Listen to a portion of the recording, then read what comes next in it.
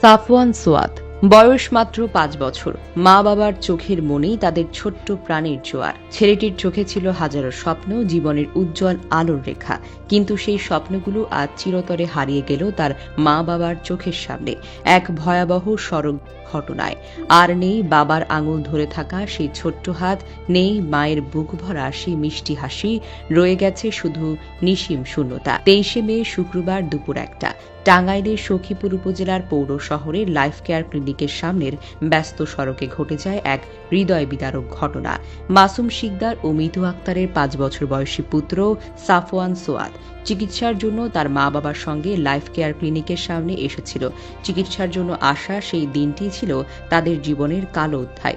এই তো কিছুক্ষণ আগেও সাফওয়ান বাবাকে বলে উঠছিল, বাবা তুমি যদি আমাকে মজা না কিনে দাও তাহলে আমি ডাক্তারের ঔষধ খাবো না। সাফওয়ানের ছোট্ট কথাগুলো তার শিশুসুলভ নিষ্পাপ মিষ্টতা আর জীবনের ছোট ছোট স্বপ্নের নিদর্শন ছিল। কিন্তু কে জানতো তারা মাত্র কয়েক মিনিটের মধ্যে এমন এক ভয় বাস্তবতার মুখোমুখি হবে যেখানে সে হাস্যোজ্জ্বল সাফওয়ান চিরতরে তাদের থেকে চলে যাবে।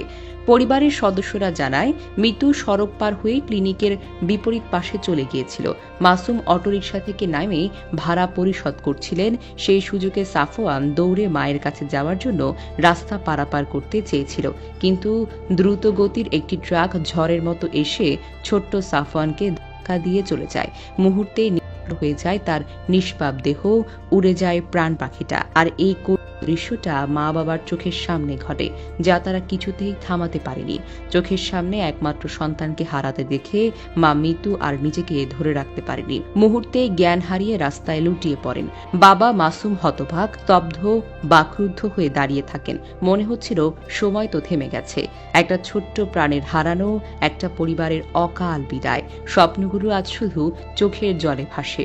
সড়ক নয়, এটি প্রতিটি পরিবারের হৃদয়ের অশ্রু, আমাদের সমাজের বেদনা। সখীপুর থানার ভারপ্রাপ্ত কর্মকর্তা মোহাম্মদ আবুল কালাম ভুইয়া বলেন, আমরা দ্রুত ট্রাকটি আটক করতে পেরেছি।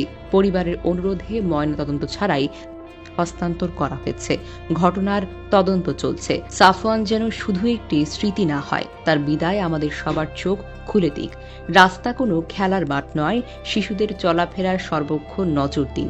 রাস্তা পার হতে গেলে শিশুর হাত ধরুন, মনোযোগ দিন, চোখ সরাবেন না এক মুহূর্ত। চালকদের কাছে একটি অনুরোধ, গতি নয়, জীবনকে বেছে নিন।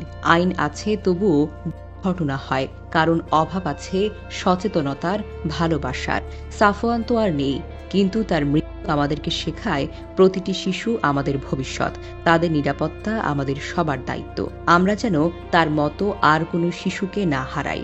সেই জন্য সচেতন হই, দায়িত্ববান হই। তার বিদায়ে আমরা সবাই যেন প্রতিজ্ঞা করি, সড়ক নিরাপত্তা নিয়ে অবহেলা আর নয়।